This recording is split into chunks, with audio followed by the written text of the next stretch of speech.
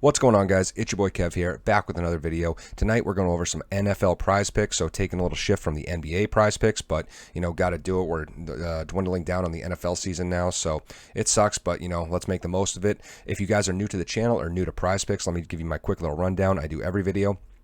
Prizepicks is a daily fantasy sports platform where instead of picking players, you pick the overs and unders on certain players. So, for example, Tom Brady right here, I can go either over 21 or under 21 on his score, and I can pair that 2, 3, 4, or 5 times between that many players.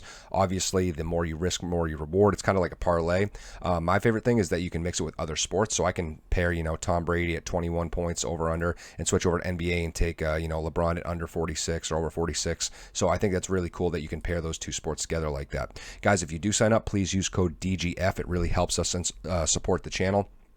Really helps us out, and that's code DGF.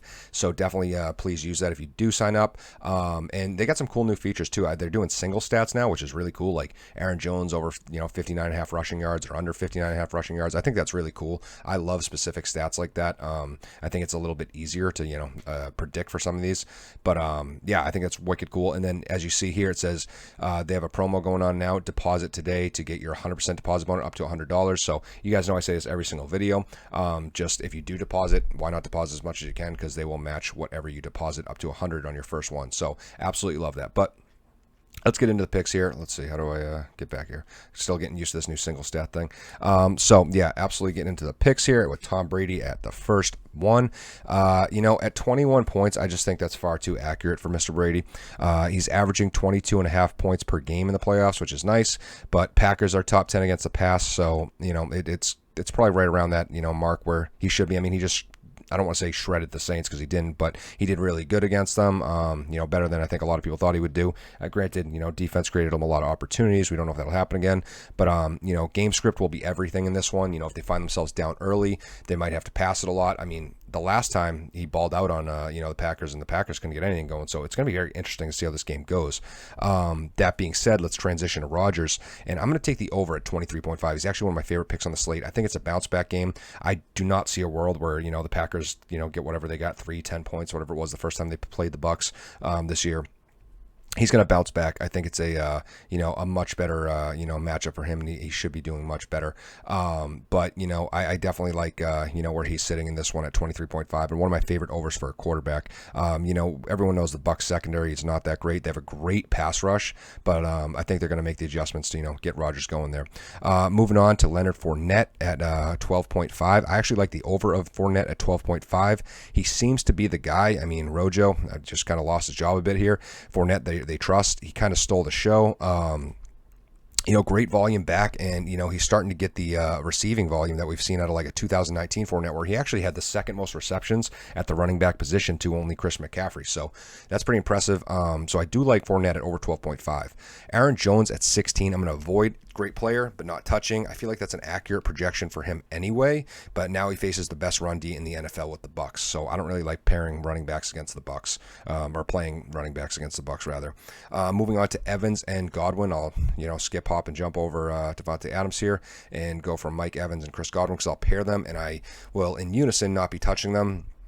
Both banged up and could easily hit the over, but I mean, there's so many mouths to feed on that offense. Both should play. I doubt they sit, but that being said, I mean, still got AB, still got Gronk, still got Fournette, as we mentioned. Even people like Scotty Miller and Brake can break out some good looks last game. So, and it's not that one of them probably won't. I'm sure one of these guys will clear.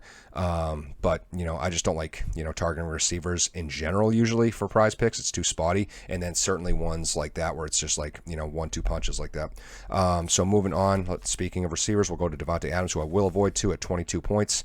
I told y'all last week he was matchup proof. I stand by it. I said Jalen isn't going to be enough for him, and no one is. Davante Adams is a freak.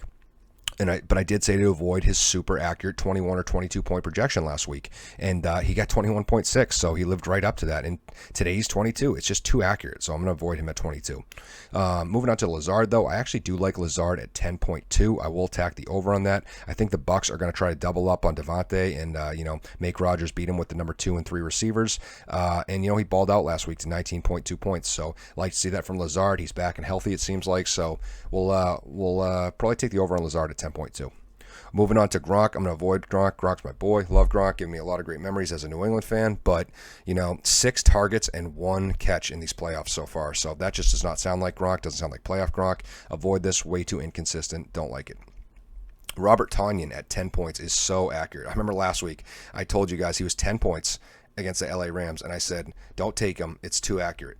And then he got 10 points on the dot, and now he's 10 points again. So it's like, it's way too accurate. They nail on the head on that one. So I'm going to avoid Robert Tonyan again. I mean, tight end's a pretty spotty position unless you're Kelsey, but we'll talk about him in a minute. Marquez Valdes-Scantling, I'm going to avoid MVS. He has potential. As I said, I expect the Bucs to try to make Rodgers beat him with the 2 and 3 receivers. So 7.5 isn't too hard to get to. I just rather have Lazard than him, and I think if one of these guys clears 7.5, they're going to clear 10. So if I had to pick, I'll take Lazard. That 2.5 point, 2.7 point difference doesn't really change much for me.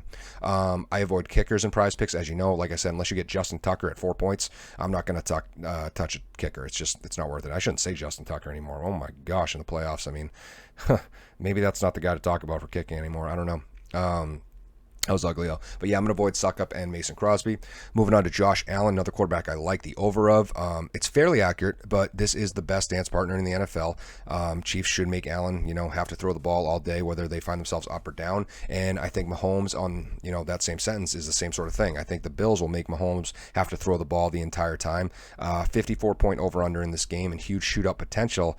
I don't care if he has scrambled eggs for brains and he's concussed. The Chiefs are going to use him at full capacity. There's just no way they don't. So I definitely like Mahomes and Allen for over. I think that should be a shootout. That being said, Stephon Diggs, I almost want to throw the over on this, even though I just told you I don't like receivers at those price points. And I do think Devontae Adams is a better receiver than Stephon Diggs.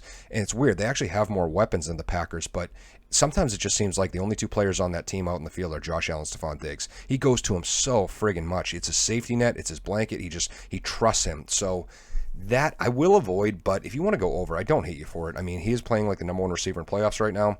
He's actually averaging over that projection in his 2 games, but, I would still avoid just as it is a wide receiver.